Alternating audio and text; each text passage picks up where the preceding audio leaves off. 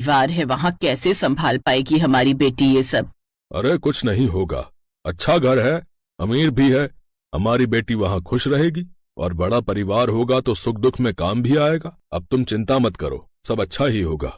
अपने पिता की मर्जी के बाद संध्या ब्याह कर अपने बड़े अमीर ससुराल में आ जाती है। उसका ससुराल बहुत बड़ा था। शादी के बाद उसकी सास ने कहा, बहू तुम इस घर की छोटी बहू हो, अपनी दोनों जेठानियों से सब कुछ सीख लेना। जी माँ जी। अच्छा वैसे हमारे यहाँ पनीर की सब्जी सबको बड़ी पसंद है, तो तुम पनीर तो बना लेती हो ना। जी माँ जी, वो तो हर कोई बना लेता है। चलो ये तो अच्छी बात है। फिर अगली सुबह संध्या अपनी पहली रसोई के लिए जाती है। आ गई तुम संध्या, आओ और अब अपनी पहली रसोई की रस्म पूरी करो। पहली रसोई में क्या बनाना है? कल बताया तो था माँ जी ने, पनीर। यहाँ सबको वही पसंद है। अरे हाँ, ये तो मैं भूल ही गई थी। अच्छा ये पनीर कहाँ है? पनीर कहाँ है मतलब? वो तो तुम्हें बनाना है ना। हमारे पास 4 गाय हैं, उनका दूध निकाल कर लाओ और उससे पनीर बनाना, क्योंकि यहाँ एक सब्जी से काम नहीं चलता, बल्कि 4 तरह की सब्जी हर वक्त बनती है और पनीर तो सबको ताजा ही पसंद आता है। ये सुनकर तो उसके होश ही उड़ गए। क्या 4 तरह की सब्जी और ऊपर से पनीर भी घर पर ही बनाओ? ये सुनकर तो संध्या परेशान हो गई।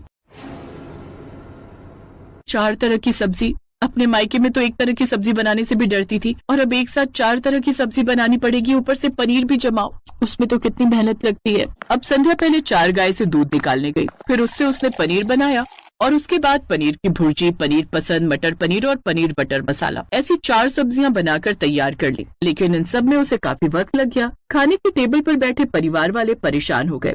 ओफो, कितना समय लगेगा, मुझे कॉलेज के लिए देर हो रही है, लगता है आज तो भाभी हमें भूखा ही मारेगी। इस बहू ने तो पहले दिन ही हमें भूखा मार दिया। अरे बहू, आज खाना मिलेगा या कल? कुछ देर बाद घबराते हुए संध्या सबके लिए खाना लेकर आई, जिसे कुछ ही देर में सबने चट कर लिया। संध्या के लिए कुछ नहीं बचा। बहू सब्जियां तो ठीक थी, लेकिन अब तुम दिन के खाने की तैयारी अभी से करने लग जाओ, क्योंकि तुम नहीं हो तो तुम्हें समय ज्यादा लग रहा है रसोई में।